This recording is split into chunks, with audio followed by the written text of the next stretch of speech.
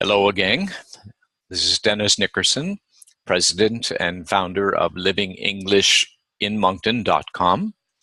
I'd like to welcome you to my third in a three-part series on pronunciation, or tools that help you in your English pronunciation. The first of the series, we did 9 rules that English generally follow in putting stresses on syllables, so that when you have a verb or a noun or an adjective, generally you'll know either by the ending or just the fact that it is a figure of speech which part of the word you should stress. In my second video, I talked about the schwa, one of the most common sounds in the English language, where we reduce our words in a sentence in order to speak more quickly. And oftentimes when you listen to us speak, you will wonder why we are missing words in our sentences when they are actually there. You can review those again on this website.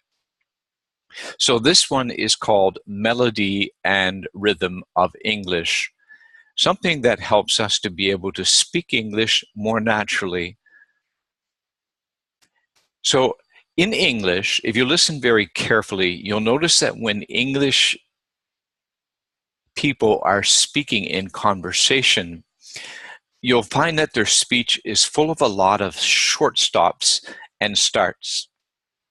You see, we English speakers like to organize our thoughts in a grouping of words when we speak, as a way of organizing our ideas when we're speaking, or to help our listener catch the meaning of our words.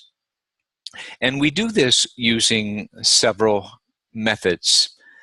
We use stress, stressing a word, or we use pitch, where we go up or down on the sound. We use reducing, like the schwa, or we use linking, like and, therefore, and so on, or we just pause. And all of this gives English what we call a natural rhythm and melody. And because English is a timed language, stressed syllables occur at regular intervals. For example, this is a saying we have in English that is kind of fun.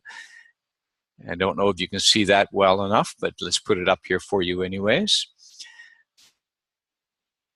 If I said this in a monotone voice and did not show any melody and rhythm, this would sound like this. How much wood could a woodchuck chuck if a woodchuck could chuck wood? Instead, we use a combination of stress and pitch in making this sound melodious and rhythmic, and it helps to be able to convey the meaning much better. You'll notice that I highlighted the words that I'm going to stress or show a sound in pitch. So it would sound like this.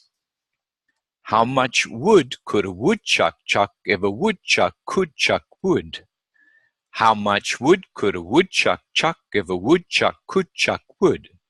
That is called melody and rhythm in English. And you'll notice that the words that we stressed in this little saying are would and could, all words that sound the same. Here's another one for you. This is what we call a tongue twister. A tongue twister. She sells seashells by the seashore. And again, you'll notice that in order for it to sound the way that we naturally want it to sound in English, I stress certain words in it. The she, the she. So it would go like this. She sells seashells by the seashore. She sells seashells by the seashore. Again, this is all part of the natural melody and rhythm of English. Let me give you one more example. You'll notice here there are 3 sentences. In the first sentence, I have just 3 words. In the second sentence, or the first one is a phrase, it's not a complete sentence.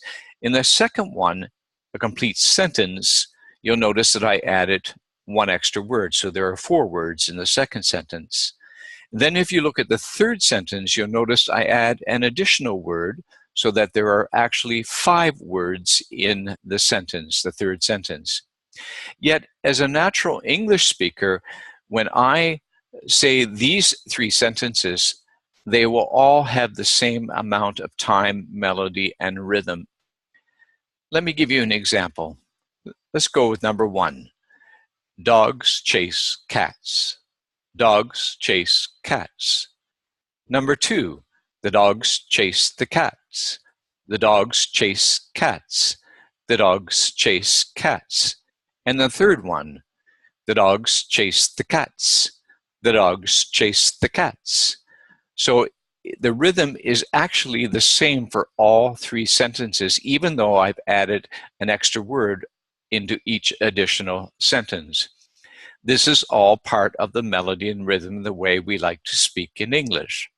Again, number 1 and 2 and 3, let me do them all at once. Dogs chase cats. The dogs chase cats. The dogs chase the cats.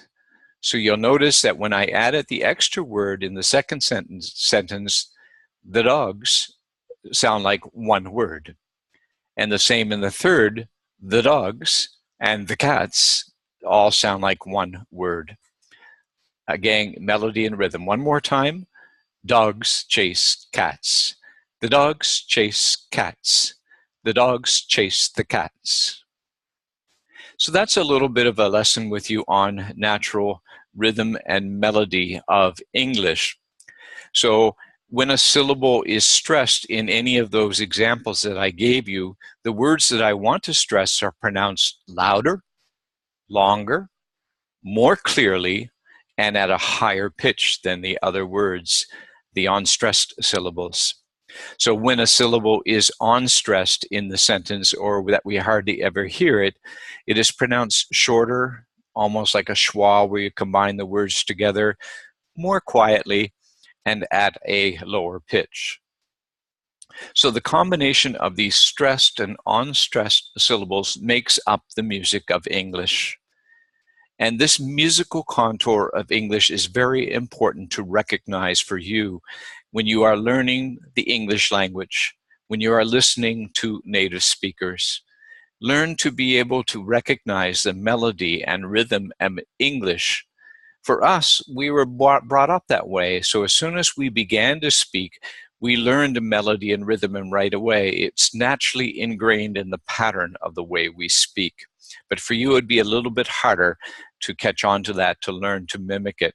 So I just wanted you to be aware of that and know that these are some of the tools and tricks that I teach some of my clients or my natural language learners in the English conversation groups that I have.